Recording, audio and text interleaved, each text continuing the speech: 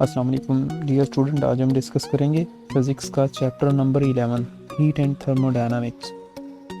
Punjab board का हम discuss करने जा रहे हैं हीट एंड थर्मोडायनामिक्स। लेकिन इस चैप्टर को स्टार्ट करने से पहले मैं आपको कहूँगा कि जॉब एंड स्टडी चैनल इसको लाजमी सब्सक्राइब कर लीजिए ताकि बवक्त आपको लेक्चर के मतलब इंफॉर्मेशन मिलती रहे और आप आसानी के साथ अपना टॉपिक जो है वो कवर करते रहें। फर्स्ट ऑफ ऑल तो हम डिस्कस करते हैं थर्मोडायनामिक्स को। तो थर्मोडायनामिक्स क्या है? The branch of physics which deal with the conversion of heat energy into mechanical energy. यानी कि अगर आप हीट एनर्जी को मैकेनिकल एनर्जी में कन्वर्ट कर रहे हैं वो हमारे पास क्या होगी? Thermodynamics. It is the branch of physics, यानी कि फिजिक्स की ब्रांच है, branch of physics which deals with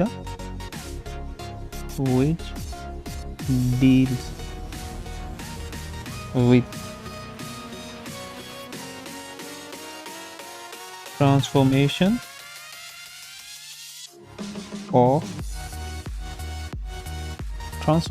है ये हीट एनर्जी की into another form of energy, या आप ये कहें कि अदर फॉर्म में मोस्टली अगर आ जाती है तो मैकेनिकल एनर्जी आ जाती है। In other form of energy is called thermodynamics. अब थर्मोडायनामिक्स जो है ये तो डेफिनेशन ठीक है, कंप्लीट हो चुकी है। अब हम यहाँ पे इस चैप्टर में कौन सा करते हैं कन्वर्जन? तो मोस्टली हम यहाँ पे कन्वर्जन करते हैं एग्जाम्पल ग्रेशिया में आउटपुट जो लेते हैं वो हमारा मोस्टली कंसर्न होता है मैकेनिकल एनर्जी या मैकेनिकल वर्क हम आउटपुट के तौर पे लेते हैं। यानी कि अदर फॉर्म में हम मोस्टली कौन सी लेते हैं एनर्जी? Mechanical work. ये काफ़ी इंटरेस्टिंग है हमारे लिए, क्योंकि ये कह सकते हैं कि हमारी एक बेस है थर्मोडायनामिक्स की कि हम कन्वर्जन लेते हैं मोस्टली मैकेनिकल वर्क में। तो सबसे पहले तो ये यहाँ पे चलते हैं कि हमने इस्तेमाल कौन से वाला करना है थ्योरम या किसकी बेस पे हमने थर्मोडायनामिक्स को स्टडी किया। तो फर्स्ट ऑफ ऑल तो हम बात करते हैं जो आपके सिलेबस में टॉपिक है, that is the kinetic theory of gases. Kinetic theory of gases से स्टार्ट करते हैं।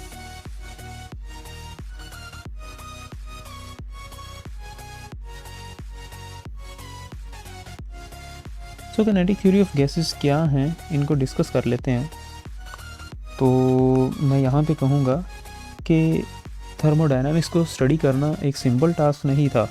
तो हमने क्या किया, इसकी अप्रोच ली। कहाँ से ली? आइडियल गैस से। यानी कि हम एक गैस की प्रॉपर्टीज़ को हम एक गैस को लेते हैं जो कि एक आइडियल गैस होती है और इसकी प्रॉपर्टीज़ को डिस्कस करते हैं। तो यहाँ पे the behaviour of gas can be studied by using kinetic theory of gases। kinetic theory of gases को स्टडी करते हुए हमने की प्रॉपर्टी को पढ़ा, लेकिन वो प्रॉपर्टीज कौन से वाली थी?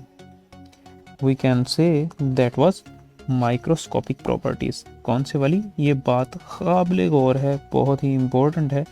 कौन सी? माइक्रोस्कोपिक प्रॉपर्टीज़ को डिस्कस हमने किया।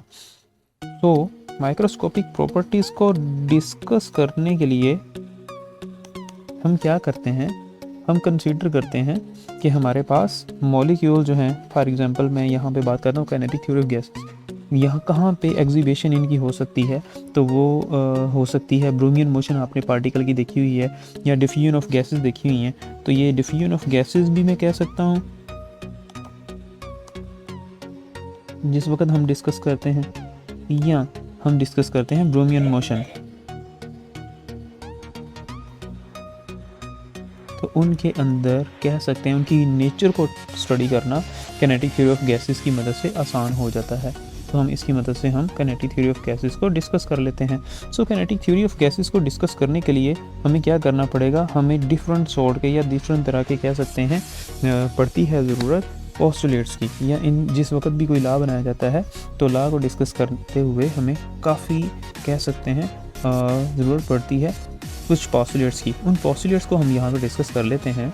तो फर्स्ट ऑफ ऑल तो मैं यहाँ पे चलता हूँ पोस्टुलेट की तरफ। तो फर्स्ट पोस्टुलेट इसकी डिस्कशन में अगर हम लें, दैट इज़ मोस्ट इम्पोर्टेंट, ये आपके ऑब्जेक्टिव का भी कोई शॉर्ट क्वेश्चन हो सकते हैं जी। तो I have to be start here postulates of kinetic theory of gases। तो फर्स्ट पोस्टुलेट की अगर मैं यहाँ पर डिस्कशन करूँ तो आपने कंसिडर क्या करना है, a finite volume of gas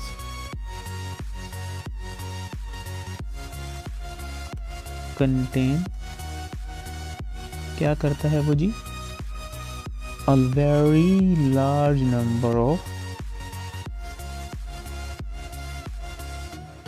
किसके मॉलिक्यूल्स। कंसीडर कीजिए कि हमारे पास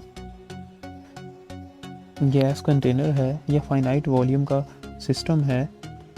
यहाँ पे मैं कंसीडर कर लेता हूँ कि मेरे पास एक सरफेस है, एक वॉल्यूम है। उस वॉल्यूम के अंदर क्या कहता हूँ कि जी मेरे पास डिफरेंट पड़े हुए हैं पार्टिकल्स। तो ये मेरे पास फर्स्ट पोस्टुलेट कंसीडर कर लिया हमने। तो इसमें हमने डिस्कस क्या करना है कि इसके अंदर n नंबर ऑफ पार्टिकल्स हैं, इस गैस सिलेंडर के अंदर maximum number of the particle हैं जो कि एग्जिस्ट कर रहे हैं।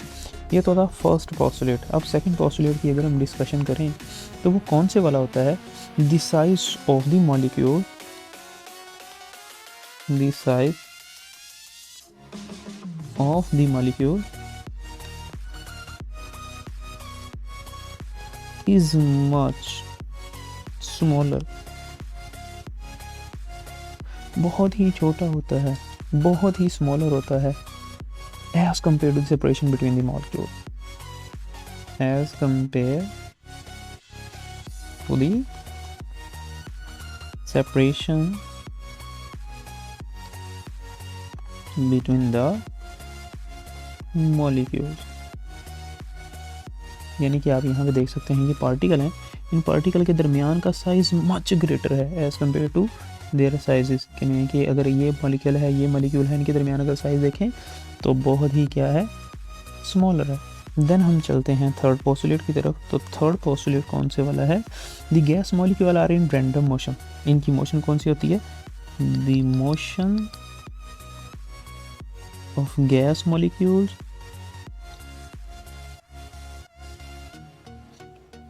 आर इन रैंडम, या रैंडमली मूव कर रहे होते हैं, ठीक है। और इनकी डायरेक्शन चेंज हो जाती है after every collision and change their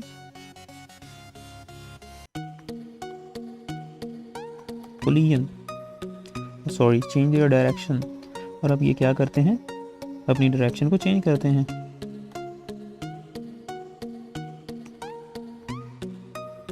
after every collision, ये थर्ड पोस्टुलेट है, ये भी काफ़ी इंपॉर्टेंट है। अब हम चलते हैं फोर्थ पोस्टुलेट की तरफ।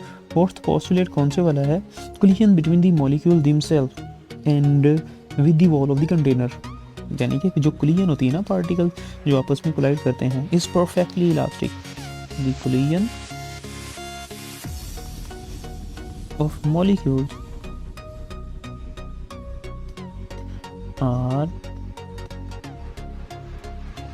Perfectly elastic. ये कौन सी होगी, परफेक्टली इलास्टिक होगी। Is it clear? अगर ये परफेक्टली इलास्टिक है तो इसका मतलब है कि ये अपनी एनर्जी टकराव के बाद एक दूसरे को शिफ्ट नहीं करते, वही एनर्जी रहती है, एनर्जी डिफरेंस रिमेन सेम।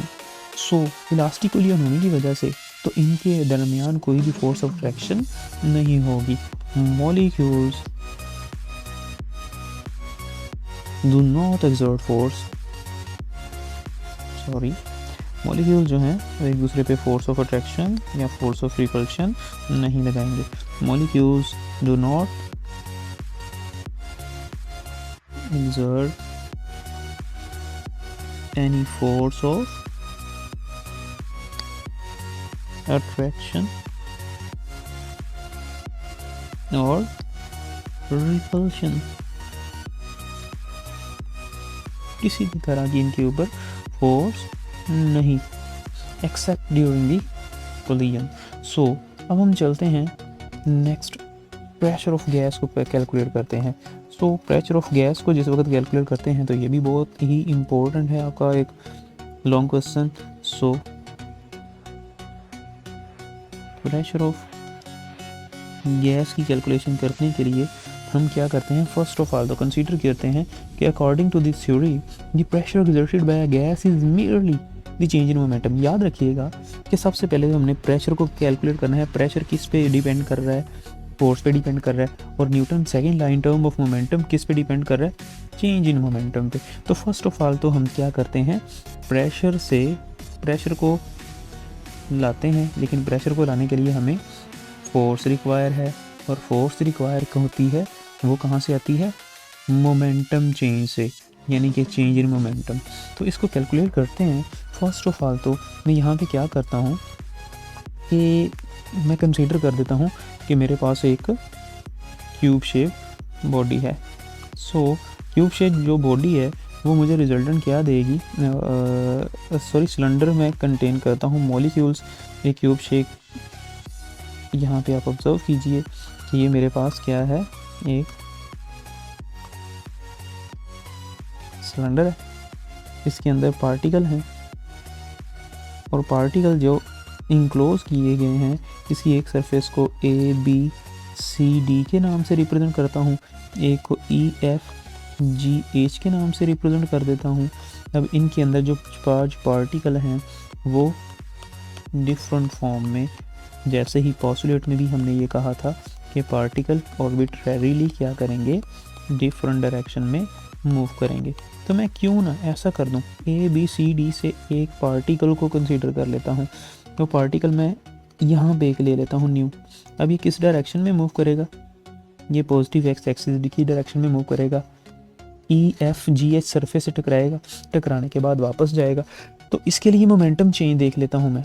सारे मॉलिक्यूल्स को कैलकुलेट करना, सारे मॉलिक्यूल्स की प्रॉपर्टीज़ को डिस्कस करना, it is a very tough task. तो क्यों ना ऐसा किया जाए कि अगर हम सारे पार्टिकल्स की अगर डिस्कशन करें, लेकिन उसको करने से सारे पार्टिकल्स को अगर जो हमने चेकअप करना है या उसकी कैलकुलेशन करनी है, it is a very difficult task. तो क्यों ना सिर्फ एक पार्टिकल लिया जाए जो कि एक्स एक्सिस में जाए और इसका मास m से रिप्रेजेंट करते हैं, और इसकी डायरेक्शन जो है वो x के अलोंग है, और इसकी वेलोसिटी जो है v x से रिप्रेजेंट कर देते हैं। और ये फर्स्ट पार्टिकल है, इस वजह से 1 कह सकते हैं। तो ये हमारे पास क्या बनेगा, दी वेलोसिटी वी टेक, हम क्या करते हैं, अ पार्टिकल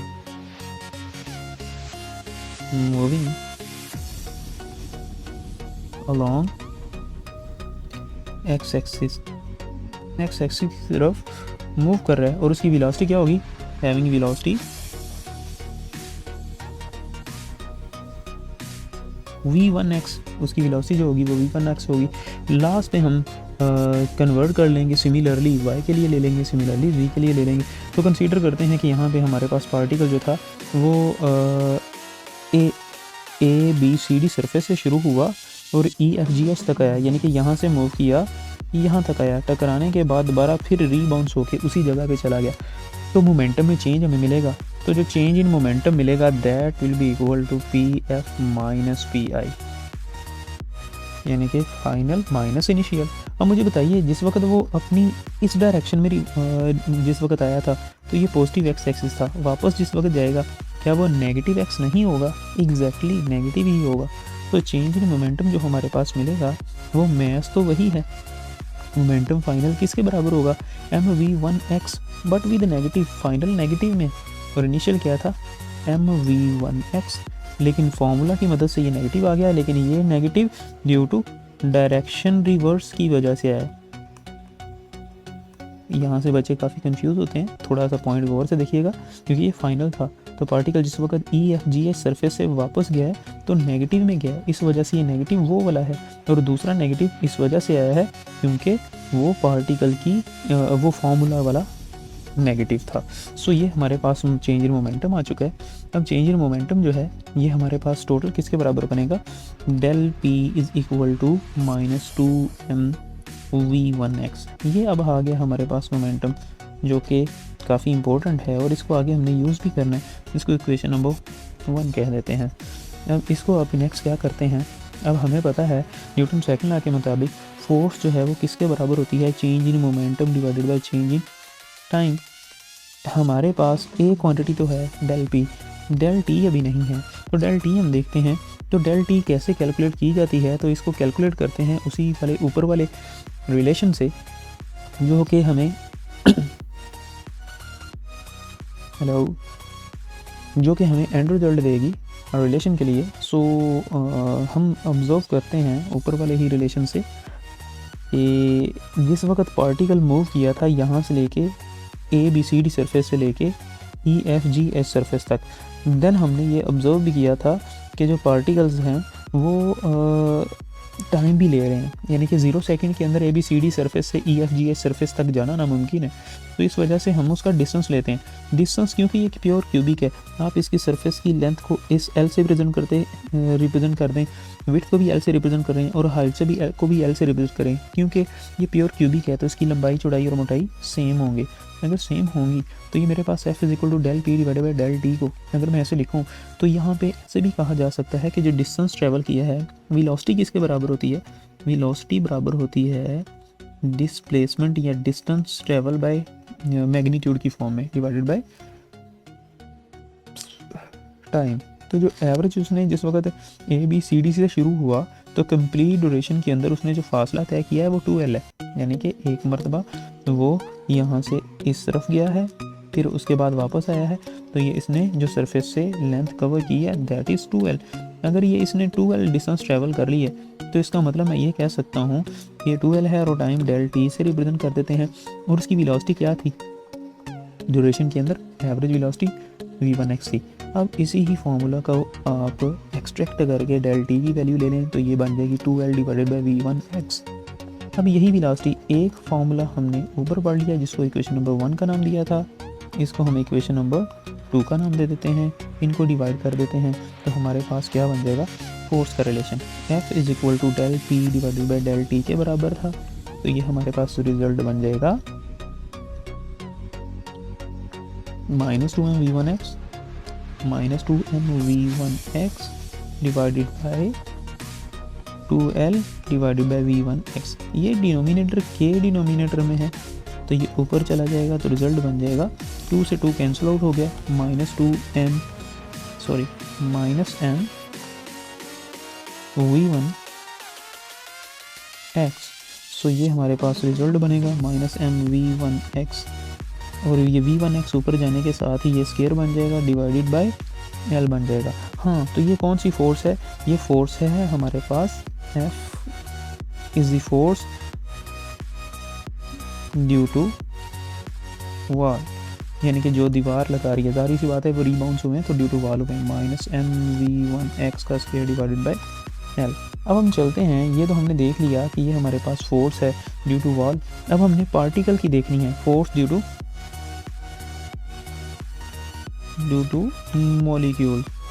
मॉलिक्यूल्स ने भी फोर्स लगाई है, वो अगर हमने देखना चाहते हैं तो ये बिल्कुल वैसा ही इफेक्ट है कि जैसा कि हम कह लेते हैं न्यूटन थर्ड लॉ के मुताबिक कि यानी कि अगर फोर्स ड्यू टू मॉलिक्यूल देखनी है वो फोर्स ड्यू टू वॉल ही होगी बट विद नेगेटिव। अगर वो देखेंगे तो ये ऊपर वाली फोर्स के नेगेटिव डायरेक्शन में है, यानी कि magnitude force due two molecule, ये फोर्स कौन सी है ड्यू टू वॉल। तो ये कैलकुलेशन के बाद हमारे पास रिजल्ट जो देगी that will be the force is equal to, यानी कि जो हमारे पास वॉल की फोर्स है इसको हमने रिप्रेजेंट किया है पहले वाली पार्टिकल की एक्स के अलोंग, ये हमारे पास बन जाएगी that will be equal to minus cancel out हो जाएगा -mv1x का स्क्वायर डिवाइडेड बाय l, तो ये बन जाएगा mv1x का स्क्वायर डिवाइडेड बाय l। तो ये बहुत ही इम्पोर्टेंट हमारे पास रिजल्ट आ चुका है mv1 का स्क्वायर डिवाइडेड बाय l। ये वो वाली फोर्स है जो कि पार्टिकल लगा रहा है along x axis on the first particle. अब हमने देखना है कि ये तो फर्स्ट पार्टिकल के लिए थी, अब हम देखना चाहते हैं कि अगर हम इसी तरह ही सेकंड पार्टिकल की देखें तो थर्ड के लिए देखें तो यहाँ पे मैं सिमिलरली वर्ड इस्तेमाल कर सकता हूँ। सिमिलरली सेकंड के लिए क्या बनेगी, F2x is equal to mv2x का स्क्वायर डिवाइडेड बाय l। इसी तरह ही थर्ड के लिए क्या बन जाएगी, थर्ड के लिए देखने की ज़रूरत ही नहीं है, nx n पार्टिकल की अगर हम बात करें mvnx का स्क्वायर डिवाइडेड बाय l बन जाएगी। अब आप क्या कीजिए, इन सब को सम कर दीजिए तो f हमारे पास टोटल x एक्सिस के अलोंग की आ जाएगी f1x plus f2x plus so on plus fnx। तो क्यों ना ऐसे किया जाए कि हमारे पास fx जो था वो हमारे पास इनकी मैग्नीट्यूड अगर हम लिख दें m सब में अगर आप देखें तो कॉमन आ रहा है, तो m हमारे पास कॉमन मिल जाएगा। फिर उसके बाद नेक्स्ट क्या है, l भी हमारे पास क्या है डिवाइडेड बाय l जो था वो भी कांस्टेंट था, v1x इसका स्क्वायर था, v2x इसका स्क्वायर था प्लस v3x इसका स्क्वायर था। तो ये तो हमारे पास रिजल्टेंट जो है ये क्या दे देंगे, vnx तक जाएंगे। तो ये हमारे पास रिलेशन कुछ ऐसा बन जाएगा। अगर हम ऐसा कर दें, ये तो फोर्स तो आ गई है, अगर हमने px देखना है वो हमने देखा था कि x एक्सिस के along force divided by area के बराबर होती है, और एक क्यूब के अंदर जिस वक्त हम एरिया देखें तो हमारे पास होता है l स्क्वायर के बराबर। तो एरिया हमारे पास जिस वक्त ये वैल्यू रिप्लेस की जाएगी तो यही रिजल्ट हमारे पास क्या बन जाएगा, दैट विल बी v1x का स्क्वायर डिवाइडेड बाय l का स्क्वायर। सॉरी, ये हमारे पास मैग्नीट्यूड ऊपर m डिवाइडेड बाय l भी आएगी, तो ये m divided bye l into v1x का स्क्वायर प्लस ऑन वही जो ऊपर हमने रिलेशन लिखा हुआ है nx का स्क्वायर, लेकिन यहाँ पे डिनोमिनेटर में l स्क्वायर भी आ जाएगा। तो ये हमारे पास px जो है ये बन जाएगा x एक्सिस के अलोंग बन जाएगा m divided bye l cube into v1x का स्क्वायर प्लस v2x का square plus on plus vnx का स्क्वायर। नेक्स्ट इसकी फॉर्म को थोड़ा सा सिंप्लीफाई करना चाहें तो उसको कैसे कर सकते हैं, इसको करने के लिए हम क्या करते हैं, हम यहाँ पे डेंसिटी का सहारा लेते हैं। डेंसिटी बराबर होती है हमारे पास मास पर यूनिट वॉल्यूम। मास पर यूनिट वॉल्यूम को लिखते हुए हम यहाँ पे लिखते हैं मास पर यूनिट वॉल्यूम। ये हमने बड़ी अच्छी तरह पहले भी डिस्कस किया हुआ है। अब यहाँ पे डेंसिटी जो है, यहाँ पे डेंसिटी को रो से रिप्रेजेंट करते हैं, लेकिन क्योंकि ये मास किसका है, सिलेंडर के अंदर जो फील्ड है उसमें एक मॉलिक्यूल नहीं है, उसमें n मॉलिक्यूल्स हैं, तो इस वजह से n मल्टीप्लाई भी होगा और साथ वॉल्यूम भी है। सो यहाँ पे rho divided by n is equal to m divided by v भी लिख सकता हूँ, और इसी ही इक्वेशन को मैं ये भी कह सकते हैं कि रो डिवाइडेड बाय m जो है ये m divided bye l cube के भी बराबर है। अगर ये वैल्यू लिखी जाए तो ये इसका मतलब है कि हमने जो इक्वेशन पढ़ी थी px, अगेन रिपीट कर देता हूँ, m divided by l cube into v1x का स्क्वायर प्लस v2x का square plus so on plus vnx का स्क्वायर। तो वो हमारे पास एंड रिजल्ट क्या बनेगा, वो हमारे पास रिजल्ट जो है v2x का स्क्वायर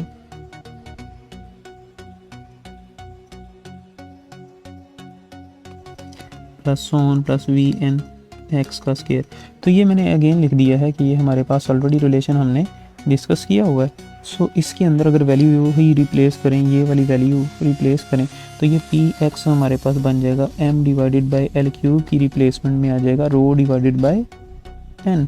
तो रो डिवाइडेड बाय जिस वक्त n हम लिखेंगे तो ये रिजल्ट हमारे पास बन जाएगा, that will be rho divided by n into v1x का स्क्वायर प्लस v2x का square plus on plus vnx का स्क्वायर। सो यहाँ से हम क्या करते हैं, n को सिंपली ब्रैकेट के अंदर भेज देते हैं vnx का स्क्वायर प्लस v2x का स्क्वायर, देन हमारे पास ये जो टर्म है ये क्या बन जाएगी, प्लस ऑन प्लस vnx का स्क्वायर डिवाइडेड बाय n। तो ये हमारे पास प्रेशर के लिए जो रिलेशन बन जाएगा दैट विल बी रो, और ये जिस वक्त किसी भी वैल्यू को डिवाइड किया जाता है उसके नंबर से तो ये हमारे पास एवरेज बन जाती है। लेकिन ऊपर हम देखें तो ये वेलोसिटी का स्केयर है, तो यहाँ पे इसको एवरेज, इसको मैं कह सकता हूँ एवरेज के लिए सिंबल ये इस्तेमाल करते हैं। और ऊपर कौन सा है, ओवरऑल एक्स एक्सिस के अलोंग जाने वाली वेलोसिटीज़ का स्केयर, तो ये हमारे पास वेलोसिटीज़ का स्केयर बन जाएगा। फर्दर हम यहाँ पे अगर एक्स को देखें तो ये एक्स एक्सिस के अलोंग के लिए है, और जो आपने नोटेशन देखी है ये हमारे पास नोटेशन किसको रिप्रेजेंट कर रही है, स्केयर ब्रैकेट्स को नहीं, ये हम कह सकते हैं ये असल में मीन है। सो ये हमारे पास एक्स एक्सिस के अलोंग का प्रेशर आ जाएगा। अब अगर हम देखते हैं कि ये एक्स एक्सिस का प्रेशर तो आ गया है, लेकिन अगर हमने ओवरऑल प्रेशर देखना है, ये तो एक्स एक्सिस का ही है, अगर ओवरऑल प्रेशर देखना है तो वो किसके बराबर होगा, तो वो प्रेशर हम देख सकते हैं कि हमारे पास अगर वाई के लिए देखना है तो वी वाई, सिमिलरली का वर्ड इस्तेमाल कीजिए, तो पी वाई के लिए हमारे पास जो रिजल्ट बनेगा that will be equal to rho divided by V Y का स्केयर। इसी तरह ही अगर आपने पी जी के लिए देखना है वो किसके बराबर बनेगा, रो इंटू वी जी का स्केयर। तो ये हमारे पास ओवरऑल प्रेशर का रिलेशन आ जाएगा। अब यहाँ पे हम क्या करते हैं, हम कहते हैं कि अब जो वेलोसिटीज़ हैं देखते हैं, वेलोसिटी जो है अगर एक्स एक्सिस के अलोंग की अगर देखी जाए, देन वाई एक्सिस के अलोंग की देखी जाए, तो और उसके बाद अगर मैं जी एक्सिस के अलोंग देख लेता हूँ तो ये वेलोसिटीज़ जो हैं ये तो बराबर हैं।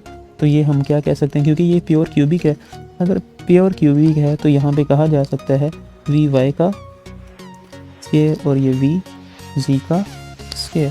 तो ये किसके बराबर रिजल्ट देंगी, अगर यहाँ पे देखा जाए तो ये वेलोसिटीज़ का जो एवरेज स्केयर है, क्योंकि ये प्योर क्यूबिक होने की वजह से ये तो हर डायरेक्शन में, एक्स एक्सिस की भी कंसंट्रेशन उतनी है एज जितनी के वाई की है उतनी ही जी की है, तो ये कहा जा सकता है एक्स वाई और जी की तो सबकी सेम ही कंसंट्रेशन है। तो इस वजह से हम कह सकते हैं कि इनकी एवरेज स्केयर वेलोसिटीज़ भी बराबर होंगी। अगर एवरेज स्केयर वेलोसिटीज़ भी बराबर हैं तो क्यों ना हम अगर ओवरऑल प्रेशर, नेट प्रेशर की बात करें तो हमारे पास उसके लिए जो वेलोसिटी होगी तो वो किसके बराबर होगी, वी एक्स का स्केयर प्लस वी वाई का स्केयर प्लस वी जी का स्केयर विद एवरेज। अगर ये एवरेज के साथ आ गया है तो इसको मैं ऐसे भी कह सकता हूँ कि हाँ ये एक्स और वाई और जी ये तो बराबर ही थे, तो अगर एक ही कंपोनेंट में ले लूँ, वाई की जगह पे मैं एक्स ले रहा हूँ, जी की जगह पे भी मैं एक्स ही ले रहा हूँ, तो ये क्या बन जाएगा, वी का स्केयर बराबर हो जाएगा 3vx का स्केयर। तो ये जिस वक्त स्केयर देखा जाए तो ये हमारे पास कैलकुलेशन जो है वो बनती है, vx को एक्सट्रैक्ट कर लीजिए तो ये हमारे पास बन जाएगी 1 डिवाइडेड बाई 3 इंटू वी, ये वाली वैल्यू v का स्केयर, ये वाली वैल्यू रिप्लेस कर दें, जिस वक्त ये वाली वैल्यू रिप्लेस की जाएगी तो हमारे पास जो रिज़ल्ट है वो क्या बनेगा, वो रिज़ल्ट हमारे पास कुछ ऐसा बनेगा, हमने p पढ़ा था अभी px के लिए वो था रो इंटू वी का स्केयर। अगर हम px के लिए देखते हैं तो ये रिज़ल्ट v स्केयर की जगह पे ये वाली वैल्यू रिप्लेस कर दें vx का स्केयर, तो vx की वैल्यू में जैसे ही v स्केयर रिप्लेस किया जाएगा तो उसके साथ 1 डिवाइडेड बाई 3 भी आएगा। तो ये भी बहुत इंपॉर्टेंट एक फैक्टर है जो हमारे पास रिजल्टेंट के तौर पे आ चुका है। लेकिन ये वाला रिलेशन जो है ये हमें एक्स एक्सिस के अलोंग प्रेशर दे रहा है, लेकिन अगर हमने वाई एक्सिस के अलोंग देखना है, पी वाई देखना है, तो बेटा वो भी हमारे पास यही होगा। उसकी रीज़न क्या है, 1 डिवाइडेड बाई 3 रो वी का स्केयर ही होगी। जी के लिए देखेंगे तो यही बनेगी। लेकिन पास्कल ने यहाँ पे आके बहुत ब्यूटी के साथ एक रिज़ल्ट दिया था। उन्होंने कहा था कि प्रेशर अगर एक्स का है वही वाई का है वही जी का है, प्रेशर की मैग्नीट्यूड हमेशा बराबर होगी पी एक्स की, पी वाई की, पी जी की। तो ओवरऑल अगर मैं किसी भी गैस पार्टिकल की अगर बात करूं तो उसमें जो प्रेशर लग रहा होता है वो सेम होता है। तो क्यों ना फिर इस सब को एक ही लिखा जाए प्रेशर, जो कि हमारे पास किसके बराबर होगा, that will be the P. Simply हम एक्स वाई और जी को क्यों ना पी ही लिख दें, तो ये हमारे पास 1/2 रो वी स्केयर बन जाएगा। ये हमारे पास एंड रिजल्ट है 1/3 रो वी स्केयर, ये हमारे पास एंड रिजल्ट बनेगा। लेकिन एंड रिजल्ट को फर्दर एक्सट्रैक्ट करते हैं, मैं थोड़ी सी मॉडिफिकेशन दोबारा देना चाहता हूँ कि रो तो हमने पढ़ा था N M divided by V के बराबर था। तो अगर वो वाली वैल्यू अगेन रिप्लेस की जाए तो हमारे पास बन जाएगी 1 डिवाइडेड बाई 3, रो की जगह पे N M divided by V लिख देते हैं इंटू वी का स्केयर। ये वेलोसिटी है एवरेज, सो ये कैपिटल वी वॉल्यूम है। तो इसको अगर हम ऐसे लिखें तो ये हमारे पास रिजल्ट बन जाएगा, एम को अंदर भेज दीजिए, N divided by 3 V 3 capital V लिखें क्योंकि ये वॉल्यूम है। फिर उसके बाद हमारे पास m इंटू वी का स्केयर। यहाँ पे हम क्या करते हैं, 2 से मल्टीप्लाई भी करते हैं, 2 से डिवाइड भी कर देते हैं, तो हमारे पास रिजल्ट जो होगा वो क्या बन जाएगा, n डिवाइडेड बाई 3v। मैं डिवाइड और मल्टीप्लाई 2 से मल्टीप्लाई कर रहा हूँ और 2 से ही डिवाइड कर रहा हूँ, तो ये मेरे पास रिजल्ट जो है वो क्या बनेगा, mv की एवरेज। ऐसे भी मैं लिख सकता हूँ। अगर यहाँ पे देखा जाए तो ये चीज़ तो काइनेटिक एनर्जी के बराबर हो चुकी है। सो ये 2n डिवाइडेड बाई 3v जो है, इसको मैं काइनेटिक एनर्जी मीन भी कह सकता हूँ। सो ये मेरे पास प्रेशर आ चुका है। सो ये 2n divided by 3v into kinetic energy है, ये एंड रिजल्ट है जो कि बहुत ही इंपॉर्टेंट है। यहाँ पे 2n डिवाइडेड बाई 3v क्या है, वॉल्यूम भी कांस्टेंट है, सिलेंडर का चेंज नहीं होगा। फिर उसके बाद ना ही नंबर ऑफ पार्टिकल चेंज होंगे, तो इसका मतलब है P directly proportional to kinetic energy के बराबर होगा। ये हमारा लास्ट आज तक का टॉपिक है। इसके बाद हम इंटरप्रिटेशन ऑफ टेम्परेचर भी देख लेते हैं। इंटरप्रिटेशन यानी कि टेम्परेचर के साथ लिंक कैसे होता है।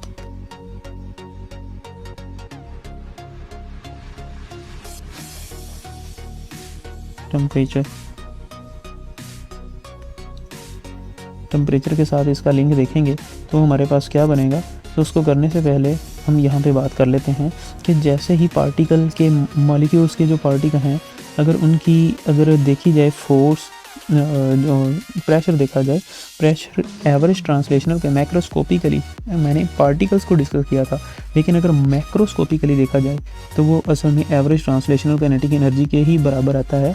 अगर हम यहाँ पे देखें टेम्परेचर के साथ क्या लिंक होगा, तो टेम्परेचर के साथ भी कुछ ऐसा ही लिंक बनेगा, लेकिन हम उसको देखते हैं PV is equal to NRT equation से।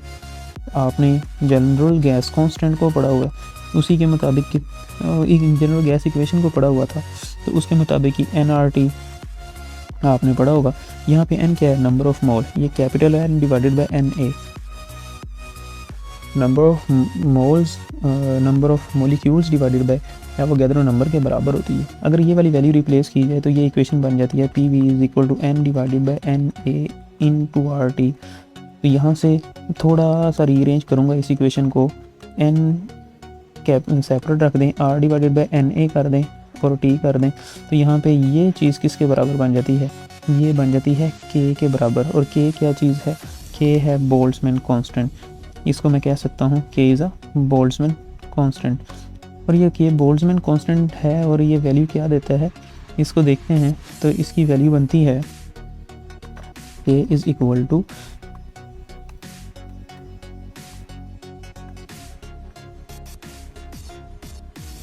और इसकी वैल्यू बनती है 1.38 10⁻⁻23 जूल पर केल्विन। सो अगर मैं वैल्यू रिप्लेस कर देता हूँ तो ये कांस्टेंट के बराबर है, तो वही हमारे पास ऊपर वाली इक्वेशन बन जाएगी कैपिटल N स्मॉल kt या बोल्ट्जमैन कांस्टेंट kt। अब एक इक्वेशन तो यही है। अब एक इक्वेशन आप ऊपर भी देखिए, हमने और भी एक इक्वेशन पढ़ी हुई है, कौन से वाली है, यहाँ पे देखें तो ये v आपको जो डिवाइड होता दिखाई दे रहा है, इधर आके मल्टीप्लाई होगा, ये किसके बराबर बन जाएगा, ये फंडामेंटल इक्वेशन बन गई है। p is equal to 2n divided by 3। v तो मैंने डिनोमिनेटर में था, दूसरी साइड पे लेके गया, इधर एवरेज काइनेटिक एनर्जी है, तो क्यों ना इनका कंपैरिजन करवा दिया जाए। तो ये बन जाएगा NKT is equal to 2n divided by 3 and kinetic energy. यहाँ पे देखें n से n कैंसिल आउट हो गया, तो हमारे पास रिजल्ट बनेगा KT is equal to 2 divided by 3 and average kinetic energy. यहाँ से आप क्या कीजिए कि नोमिनेटर में था, दूसरी साइड पे जाके 3 के साथ मल्टीप्लाई होके डिनोमिनेटर में चला जाएगा, तो ये 2 divided by 3K and kinetic energy आ जाएगा। यहाँ से आप क्या करें, ये कांस्टेंट क्वांटिटी है, तो ये भी मैं कह सकता हूँ कि हाँ जो टेम्परेचर है, टेम्परेचर डायरेक्टली प्रोपोर्शनल है एवरेज काइनेटिक एनर्जी के। यानी कि प्रेशर कह दिया जाए या टेम्परेचर कह दिया जाए, दोनों ही क्या हैं, टेम्परेचर के डायरेक्टली प्रोपोर्शनल हैं। अब हम करते हैं derivation of the gases law. इसी ही टॉपिक में एक हमारा नेक्स्ट कह सकते हैं एक छोटा सा आर्टिकल ही है, that is the derivation of gases law. Derivation of gas laws को हम डिस्कस अगर हम करें तो फर्स्ट ऑफ ऑल तो हम देखते हैं बॉयल्स लॉ को। अब बॉयल्स लॉ क्या है? बॉयल्स लॉ हमें ये कहता है कि अगर हमारे पास टेम्परेचर को रखा जाए कांस्टेंट, अगर टेम्परेचर को रखा जाए कांस्टेंट तो ये कौन सा प्रोसेस होगा? आइसोथर्मल। अगर हम टेम्परेचर को कांस्टेंट रखें तो प्रेशर जो होता है इन्वर्सली प्रोपोर्शनल होता है वॉल्यूम के। ये हमने देखना भी है। तो कैसे देख सकते हैं इसको? तो अभी हमने रिजल्ट देखा था कि हमारे पास P V is equal to, जो फंडामेंटल इक्वेशन है, 2 divided by 3 and average kinetic energy. ये हमने ये इक्वेशन पढ़ी हुई थी। इस इक्वेशन के मुताबिक हम ये कह सकते हैं कि हमारे पास काइनेटिक एनर्जी जो है ये टेम्परेचर से अभी रिजल्ट निकाल के हैं, क्या है, टेम्परेचर पे डिपेंड करती है, लेकिन टेम्परेचर अभी ही हमने कहा कि ये कांस्टेंट है। अगर ये कांस्टेंट है तो क्या P V is equal to 2 divided by 3 N, इसको कांस्टेंट ना कह दें? जैसे कांस्टेंट कहेंगे तो ये क्वांटिटी तो ओवरऑल ही कांस्टेंट बन जाएगी, तो ये पी वी बन जाएगी कांस्टेंट। अगर पी वी कांस्टेंट बन गई है तो P inversely proportional to volume है, तो यही तो बॉयल्स लॉ था। इसी तरह ही हम देखते हैं चार्ल्स लॉ को।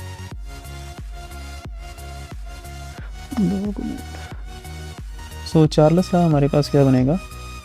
दैट विल बी, अगर हम प्रेशर कांस्टेंट रखें तो प्रेशर कांस्टेंट रखते ही हमारे पास वॉल्यूम और टेम्परेचर का लिंक जो है वो डायरेक्टली बनता है। इसको भी देख लेते हैं, लेकिन इसके अंदर कंडीशन क्या है? प्रेशर कांस्टेंट हो। एक और भी बात खास ख्याल रहे, चार्ल्स लॉ किसको होल्ड करता है? तो चार्ल्स लॉ होल्ड करता है आइसोबैरिक को। आइसोबैरिक में सेम टेम्परेचर होता है, सॉरी सेम प्रेशर होगा। तो हमने ये फंडामेंटल वही इक्वेशन पढ़ लेनी है, 2/3 n इंटू काइनेटिक एनर्जी। यहाँ पे आप ऑब्जर्व कीजिए कि हमारे पास, हमें पता है कि टेम्परेचर जो था वो काइनेटिक एनर्जी के डायरेक्टली लिंक में था, तो हम टेम्परेचर काइनेटिक एनर्जी की एवरेज को रिलेट कर देंगे किसके साथ? टेम्परेचर के साथ। यहाँ पे पी वी, अब यहाँ पे अगर वी देखा जाए डिनोमिनेटर में था, इधर आके डिनोमिनेटर में हो जाएगा।